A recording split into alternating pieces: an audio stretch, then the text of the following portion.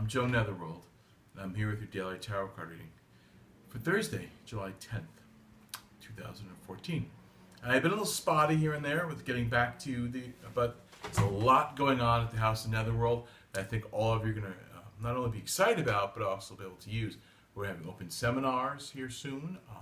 We're getting interviewed in a few bigger magazines and things. So we're bringing a lot more of the world, my world, to you. And unfortunately, because I do this every day, daily tarot reading, I have to be on point and on target. Otherwise, I won't do a reading. I know you miss me, and I know I want to be here for you, but I don't want to be here if I'm not going to be 100% on the money as far as my energy and my ability to perceive what's going on in the world. There's been some crazy, amazing, changing weather going on around here in the Northeast, up here in Poughkeepsie especially. These storms moving through here. At any given time, it just turns black in the middle of the day, and skies open up and cleanse everything out, and different fronts move in, and that is very accurately portraying or reflecting the energies that are changing very rapidly right now. So I think that even though I'm not here online some days, I'm here in spirit, and I'm always here for you. If you got a question for me, there's about 25 different ways to get a hold of me online. Facebook, Instagram, Gmail, my direct email. So I'm always here, and I'll always get back to you somehow or another. Now, today we're going to talk about, before we get into this reading, today's 3-card reading, it's about cause and effect.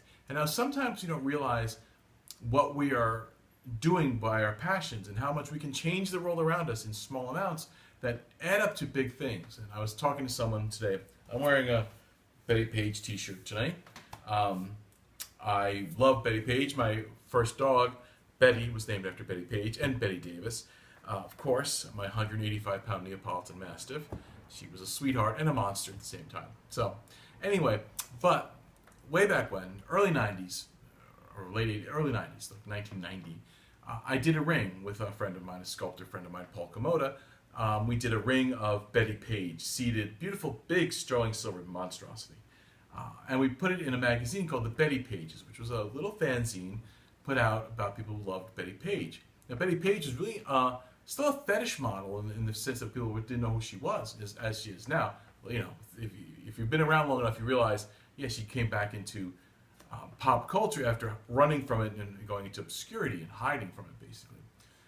But what my ring did was finally cause enough interest for Bettie Page to come out of hiding and out of retirement to seek what was going on, including a lawyer that sent me a cease and desist. But I feel that it was well worth it, because with that cease and desist came Bettie Page realizing all these people were in love with her images, and that we refound her and wanted to know her and bring her back to the world again. And so now it's become almost obligatory and standardized that everyone knows who Bettie Page is. There's so many people who have the haircut, the look. It's a mimicable style. I mean, Dita Von Teese and all these other people that have adopted her look. But there was a point there in the early 90s when only a very few of us knew who she was and found the old pictures. I mean, the Claw family, or Irving Claw and his sister, owned a store in the city called Movie Star News, and they sold all the pictures still from her days of doing fetish work. And it was a small little world.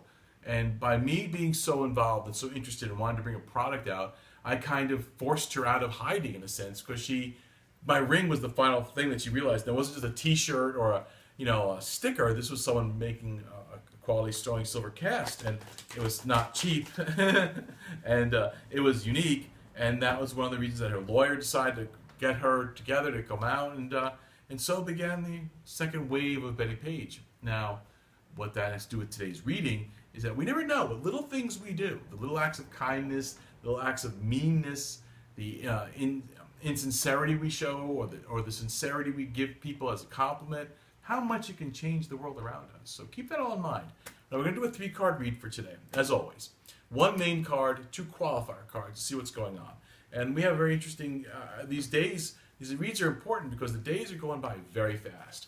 And they have echoes from the day before, the day after. It's not just a moment, it's like a reverberation. So let's, without any further ado and any more stories to tell, I'm going to pull today's first card, and I think I want this card right here.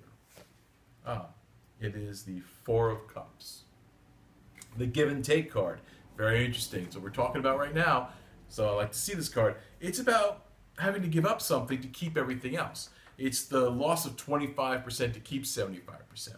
It's also sometimes represented here of the missing piece is like a godsend. It's a gift. It's the final piece, the four.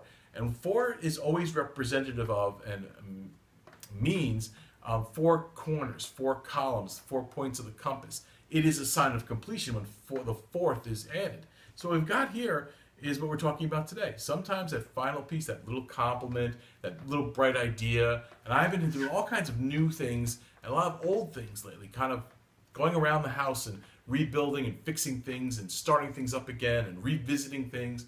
And it's all because sometimes even a friend or an associate's mentioned a little something and it's stirred an echo. And the echo is spoken up and it's revitalized a long sleeping desire, or prophecy, whatever term we want to use in this strange change world we're talking about here. So we have so today, it's a great card for today. It's about two things, almost polar opposites, but on the one, be willing to give something up to keep what you've got, and maybe give up the one part that you doesn't really fit to find the missing part, to find the fourth column. So we've got that really nicely. It's kind of hard to have a car with only 3 wheels, right? You got to get this fourth wheel. So there's a give and take there. Well, let's see what this is. What we're going for here with our. I'm going to take this card. Justice is our one qualifier. Justice is always about seeking the fairness and righteousness of things and what is the right thing to do, what is truly needed. Sometimes our motivations aren't positive or progressive. Our motivations are negative in that they are to spite others. We put more energy sometimes, unless you're good at it. Like I'm particularly good at cursing people. It's my gift. We all have them. My gift is cursing. I'm good at it. I'm proud of it, and that's what I do. I don't suffer from any Wiccan threefold fantasies. I do what I do when I reap the rewards. But what this means with justice is really about making sure that what you're doing is more about a collective positivity, getting what you need, as opposed to wasting your energy on spiting other people. Because if you're not good at it, spiting other people takes twice as much energy.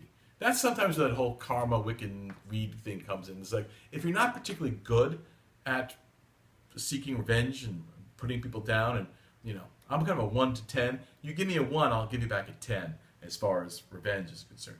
And that's just me.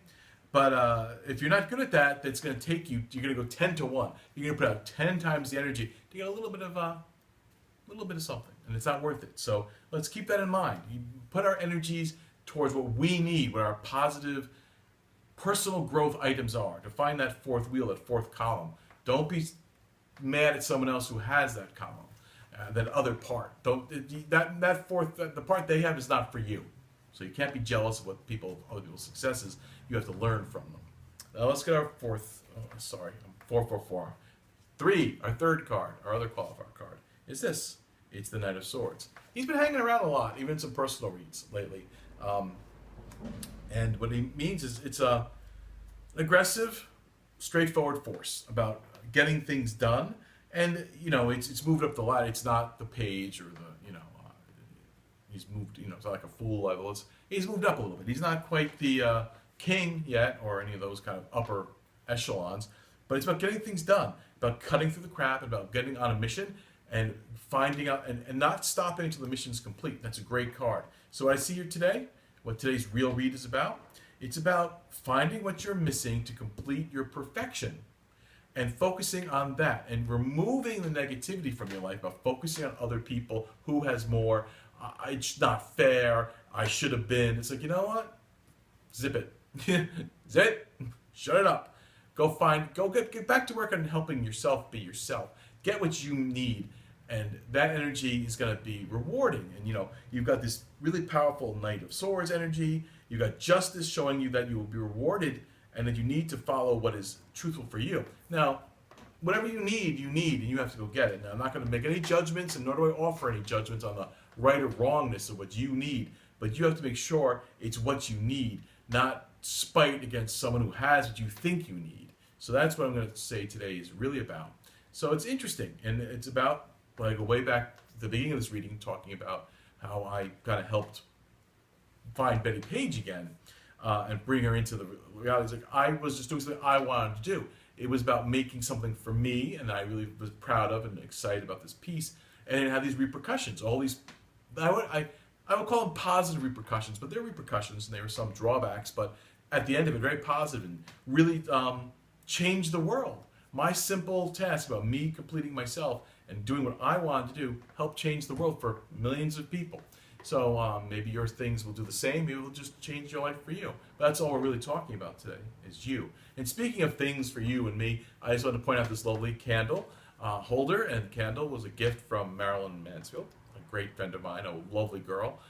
We share, besides humor and food and passion, she's a fellow traveler, and her family, Zoth, and her lovely daughter, Sky. I think I said, forgive me if I, Skylar. And Damien, their son. But anyway, Marilyn, thank you very much. And thank you very much for the candle. And it's absinthe colored and sitting here on my table with me. And it's about, little lovely things like this. You get them, you enjoy them, you have a brief moment with them, and it helps bring everything together. So with that said, we'll have a magical day, and I'll see you again around midnight. I will be back more often than not. And go out there and find that missing 25%. Make it your own. With that, be well, be magical. See you around midnight.